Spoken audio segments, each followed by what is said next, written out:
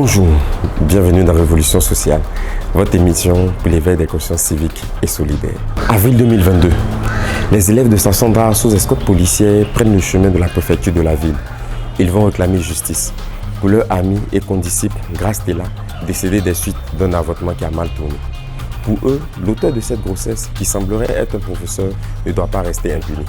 La toile s'enflamme face à cette histoire dramatique. L'enseignant qui était autrefois un modèle pour plusieurs jeunes est aujourd'hui même la base de l'échec de la jeunesse. J'espère que pour une fois, l'État va prendre une décision ferme pour que cela serve de leçon. Plus de relations entre élèves et le corps enseignant. Les grossesses précoces en milieu scolaire, un phénomène qui gangrène notre société depuis plusieurs années. Quelles sont les causes de ce problème? Quelles sont les conséquences pour les jeunes filles mères? Comment venir à bout de ce phénomène? Donner la vie, oui, mais au bon moment. Quand des bébés font des bébés, un reportage exclusif de Cécile Mbra, produit et réalisé par Sky Studio Media.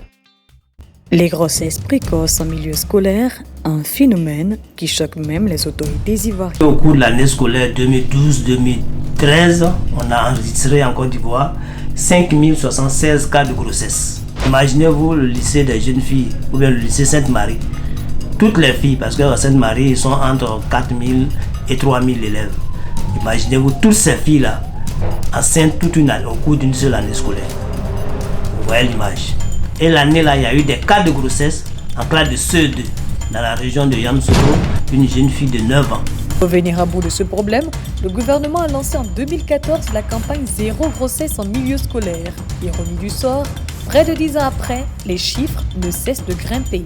Cette année 2022, déjà 5833 cas de grossesse enregistrés sur tout l'étendue du territoire, aux grandes dames des jeunes filles. Des fois même, je laisse mon enfant dormir sans couche, parce qu'il n'est pas les moyens. Côte d'Ivoire, Abidjan, commune d'Abobo. Ce matin, nous avons rendez-vous avec Sonia. Elle a accepté de nous ouvrir les portes de son domicile pour nous expliquer comment elle est passée du statut d'élève à celui de fille-mère.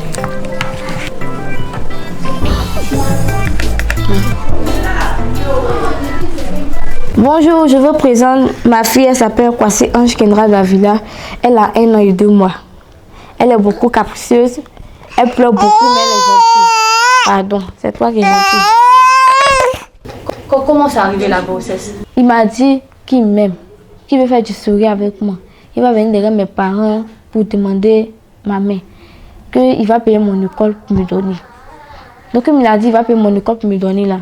Moi aussi j'étais contente, plus qu'il voulait terminer mes études. Comme il a parlé, j'étais heureuse. Moi je l'ai suivi en même temps. C'est ça, nous sommes sortis ensemble. Une fois enceinte, Sonia va vite se retrouver face à des responsabilités d'adulte. Pour tenir le mois, elle est aujourd'hui obligée de faire du commerce.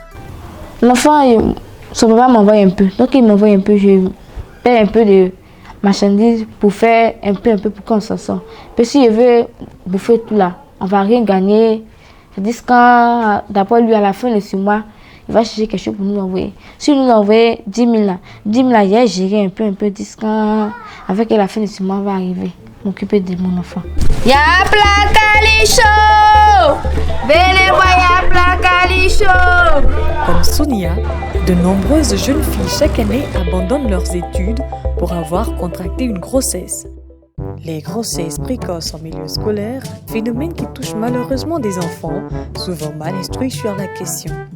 Une grossesse précoce, c'est une maladie qui arrive à l'âge de 18 ans, à l'adolescence. Le maître a dit que les filles qui sortent la nuit quand les parents ne sont pas là, qui sortent à cause de l'argent, l'argent et les portables.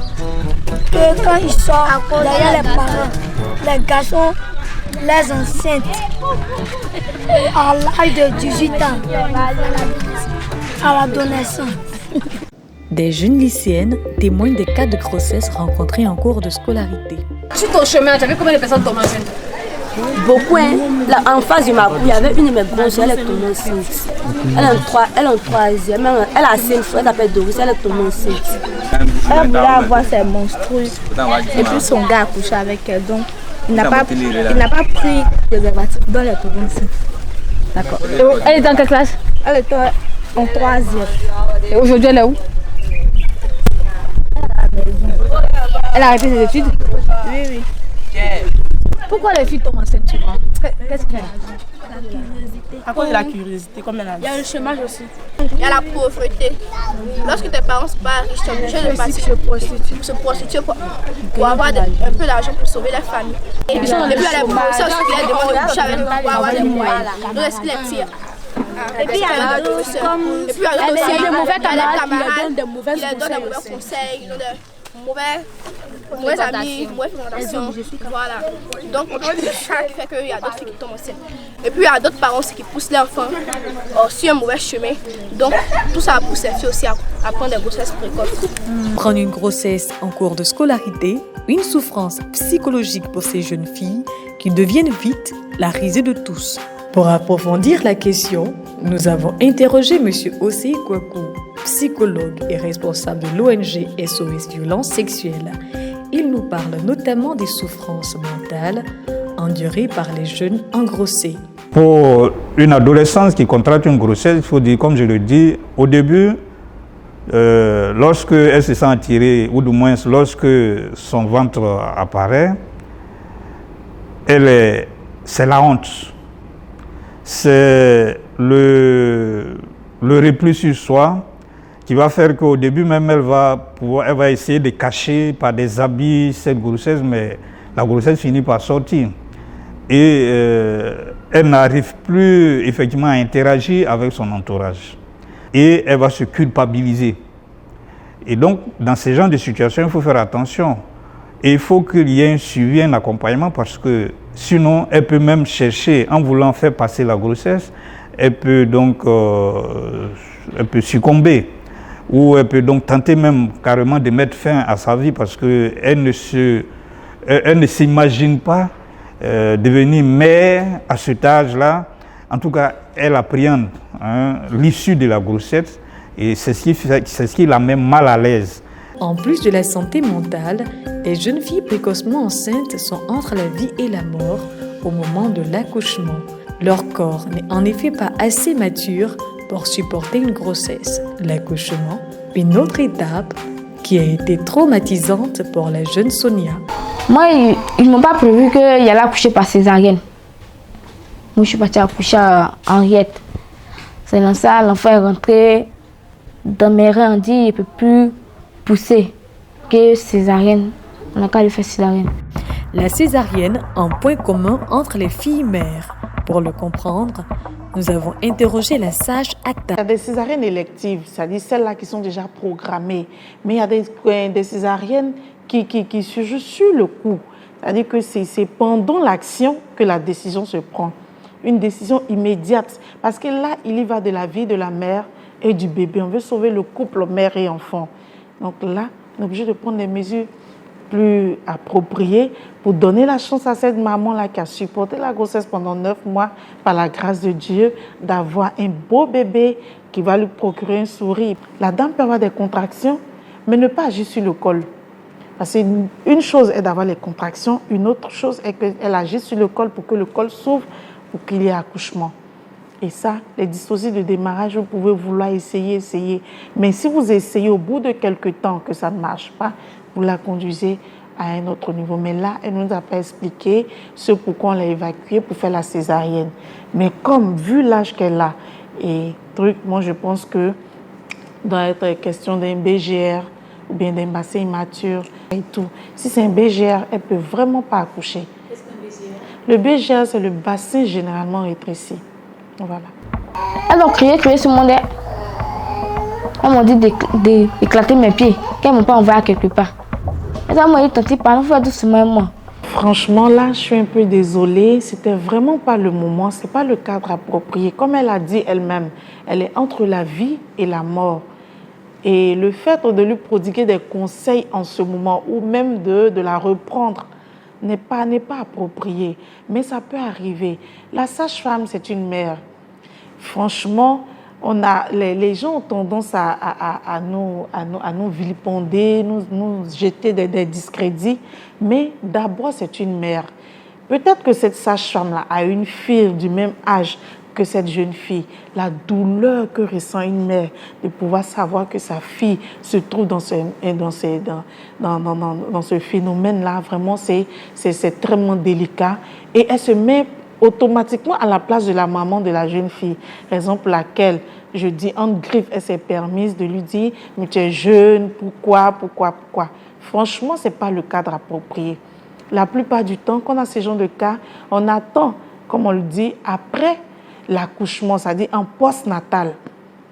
Quand elle viendra 6 jours après ou 45 jours après, on va se faire asseoir cette jeune fille, lui expliquer un peu, tu as vu ce que tu as ressenti la fois dernière, les problèmes, lui montrer un peu le tableau qu'elle a vécu et lui dire non, que voilà la conduite à tenir désormais pour éviter qu'un tableau de ce genre se représente. Le calvaire des jeunes filles ne s'arrête pas après l'accouchement. Malheureusement, il s'amplifie même. Mon papa m'a toujours dit de ne jamais regarder mon enfant et puis il a dit je regrette. C'est une joie pour moi, mais des fois là, je regrette d'avoir vite fait enfant. Des fois, il reste dans la faim avec mon enfant. Je suis la distance, c'est après. Si on veut payer ça, je prends pour me débrouiller. Si on veut payer ça, je prends pour me débrouiller. C'est ça. Des fois, même, je laisse mon enfant dormir sans couche. Parce qu'il n'est pas les moyens.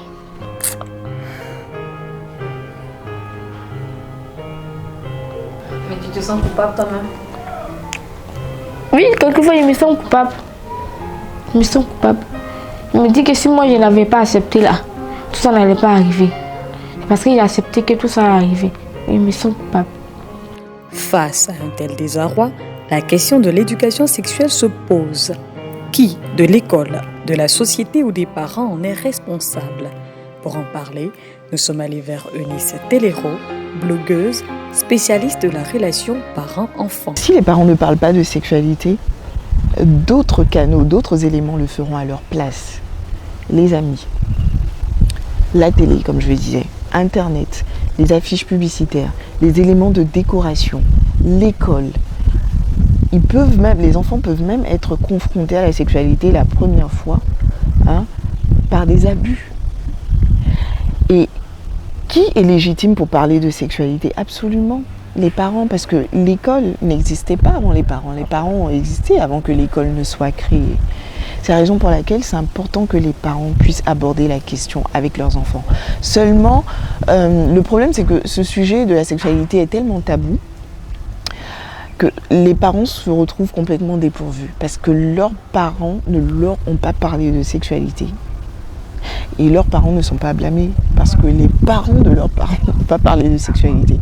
Il faut qu'on puisse briser ce cycle. Comment? En outillant les parents avec des mots appropriés, des gestes appropriés, des attitudes appropriées pour que les enfants soient informés, comme je disais, sans toutefois que leur innocence ne soit percutée et qu'ils aient une relation saine avec la sexualité. Nous ne pouvions terminer ce reportage sans avoir l'avis du ministère de l'Éducation nationale qui, en 2014, a lancé la campagne Zéro grossesse en milieu scolaire. Tout est parti d'une étude menée par le ministère et ses partenaires. Elle a mis en lumière la gravité de la situation. Imaginez-vous le lycée des jeunes filles, ou bien le lycée Sainte-Marie. Toutes les filles, parce qu'à Sainte-Marie, ils sont entre 4000 et 3000 élèves. Imaginez-vous toutes ces filles-là, enceintes toute une année, au cours d'une seule année scolaire. Vous voyez l'image. Et l'année-là, il y a eu des cas de grossesse en classe de CE2.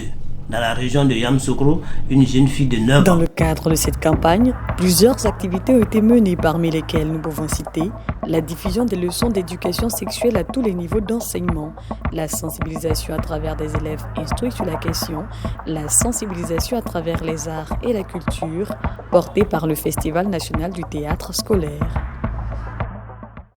Il y a aussi les sites internet que le gouvernement a bien voulu créer pour passer des informations et permettre aussi aux jeunes qui voudraient bien s'informer d'appeler et d'avoir des informations sur les méthodes contraceptives. Et enfin, il y a la ligne VET, le 107, qui a été créée par le ministère. Et cette ligne-là, qui était gratuite, permettait donc aux élèves ou bien aux jeunes qui voulaient s'informer, de s'informer et aussi poser aussi des questions sur certaines choses qu'ils ne comprenaient pas. Et quels sont les résultats que vous avez obtenus? Bon, les résultats, au départ, dans les 3 premières années, il y a eu baisse. Il y a eu une baisse de plus de 25%. Après, dans les 3 premières années de la campagne, mais après cela, les grossesses ont repris de plus belle. Pourquoi? Parce que le partenaire qui nous accompagnait dans nos activités de sensibilisation, son contrat était arrivé à terme. Donc il appartenait donc au gouvernement de prendre la relève pour que les activités puissent, pour pérenniser ces activités. Mais cela n'a pas été le cas. Donc il y a eu baisse dans la mise en œuvre des activités et les grossesses ont repris de plus belle. La lutte contre les grossesses précoces en milieu scolaire doit être prise très au sérieux par le gouvernement, la société civile, les acteurs socio-culturels, les parents et les élèves eux-mêmes. Car chaque année, ce phénomène effrayant sort du système scolaire des milliers de jeunes filles qui auraient pu devenir des cadres pour sortir leur famille de la pauvreté et développer leur région. L'heure est donc à l'action et au changement de mentalité. Ce reportage ne présente que la face immergée de l'iceberg. Les problèmes sont plus profonds et les conséquences plus dramatiques. Ce n'est plus le lieu de savoir à qui la faute, mais plutôt ce que nous pouvons faire à notre humble niveau pour changer les choses. Car chaque année, ce sont des milliers de jeunes filles qui voient leur vie s'arrêter brutalement à cause d'une grossesse précoce. Il est temps d'agir, vous et moi. Parler, sensibiliser nos jeunes frères, nos jeunes sœurs sur les dangers des grossesses précoces et sur l'importance de l'éducation sexuelle et que les autorités, les responsables, les organismes sociaux intensifient les campagnes de sensibilisation dans nos écoles pour venir endiguer ce phénomène. Alors si vous êtes touché par la cause des grossesses précoces en milieu scolaire, par la cause des jeunes filles mères qui ont du mal à pouvoir prendre soin de leurs enfants, contactez-nous sur skystudiomedia@gmail.com ou au numéro qui s'affiche ci-dessous. Ensemble, nous pouvons changer les choses. Car souvenez-vous, les grands changements viennent des petites actions positives du quotidien. Nous vous attendons. Merci de nous contacter et à très bientôt pour un nouveau numéro de Révolution sociale.